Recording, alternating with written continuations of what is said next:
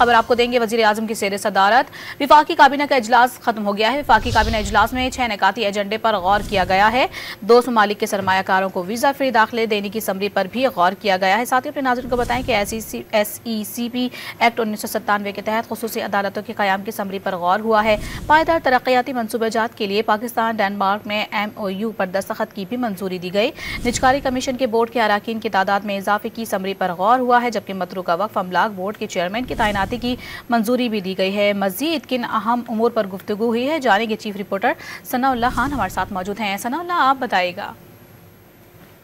देखिए, एक तो कैबिनेट में मामूल का जो एजेंडा था उसमें कई आइटम मंजूर किए गए हैं, लेकिन जो तवक्को की जा रही थी और जो हुकूमत का ऐलान भी था कि कैबिनेट के आने वाले इजलास में PTI पर पाबंदी और 3 अशखास पर आर्टिकल 6 लगाने का मामला था, वो कैबिनेट में पेश ही नहीं हुआ। और लगता यह है कि हुकूमत इस पर मजीद कंसल्टेशन करना चाह रही है, खासकर इत्तेहादी जमातों के साथ।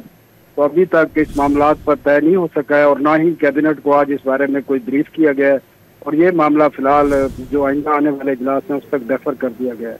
जी, मामूल का इजलास था जो कि ख़त्म हो गया। चीफ रिपोर्टर सनाउल्लाह खान जिसकी तफसीलात बता रहे थे आप, बहुत शुक्रिया आपका। अपने नाज़रीन को बता रहे हैं इस अहम इजलास से मुताल्लिक जिस पर तवक्को की जा रही थी कि आज PTI पर पाबंदी के मामला ज़ेर गौर आएगा, ताहम इस पर कोई पेशरफ्त नहीं हो सकी और ना ही इस पर किसी किस्म की कोई मशावरत या ब्रीफिंग दी गई। वफाकी काबीना के इजलास में 6 निकाती एजेंडा पेश किया गया जिसकी तफसीलात बता रहे थे सनाउल्लाह। बहुत शुक्रिया आपका।